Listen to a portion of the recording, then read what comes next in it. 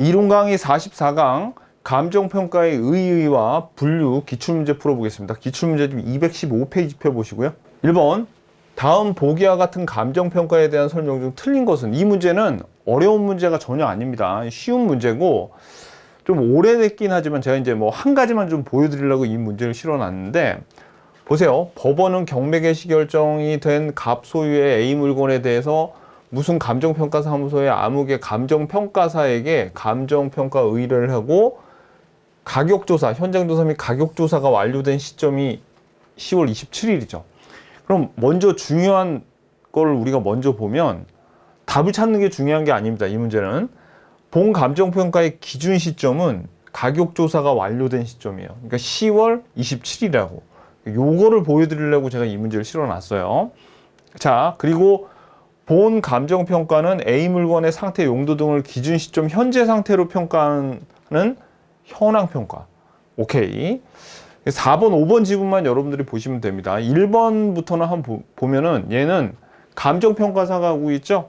그러니까 공인 감정평가고, 2번은 하나도 안 중요해요. 2번은 뭐 하나도 안 중요하니까 몰라도 되고, 3번 같은 경우에는 요거는 임의적 평가가 아니라 이런 경매 때문에 하는 요런 평가는 필수적 평가거든요. 그래서 틀린 게 3번이긴 한데 답이 중요한 게 아니에요. 답이 중요한 게 아니라 기준 시점에 대해서 물어볼 때 이런 식으로 물어볼 수도 있구나 라는 걸 여러분들이 이 문제를 통해서 아셔야 됩니다.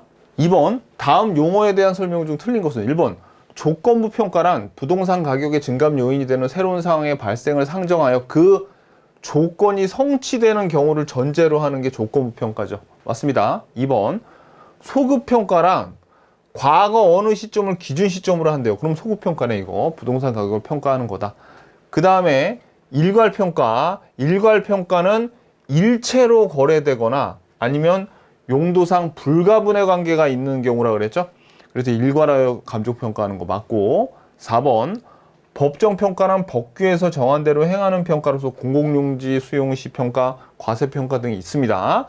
자, 그럼 5번 볼까요? 5번은 이 구분평가는 가치를 달리하는 그 말이 나와야 돼. 근데 여기서 보니까 일체로 이용되고 있는 대상 물건의 일부분에 대해서 감정평가해야 된다. 그럼 이건 구분평가가 아니라 부분평가죠. 부분평가. 그러니까 5번이 틀렸네요. 그래서 일부분에 대해서 감정평가를 할 특수한 목적이나 합리적인 이유가 있는 경우에는 그 부분에 대해서 감정하는 경우를 말한다. 그래서 답이 5번입니다. 2번 감정평가에 대한 규칙에 규정된 내용으로 틀린 것은 나오는데, 자 여기 1번, 2번에 보시면 요게 기본서 321페이지에 나오는 감칙 5조고요. 그 다음에 요게 기본서 327페이지에 나오는 감칙 6조인데 요게 이제 무슨 얘기냐면 이겁니다. 우리가 5조하고 6조의 공통점이 뭐냐면 원래는 시장 가치로 요거를 기준으로 결정을 해야 돼요. 그리고 두 번째는 원칙이 현황 평가거든요. 현황 평가야. 요 두 개가 원칙인데, 단 첫 번째 법령에 다른 규정이 있는 경우, 두 번째는 의뢰인이 요청한 경우, 그리고 세 번째 사회 통념상 필요하다고 생각되는 경우, 요때는 요 감칙 5조나 6조나 법령에 다른 규정이 있는 경우, 의뢰인이 요청한 경우, 사회 통념상 필요하다고 한 경우에는 시장가치 이외, 시장가치가 원칙이지만 요 세 가지 경우에는 시장가치 외의 가치를 기준으로 결정할 수도 있고, 그 다음에 원래는 현황평가가 원칙이지만 요 세 가지의 경우에는 조건부 평가도 할 수 있다는 얘기예요.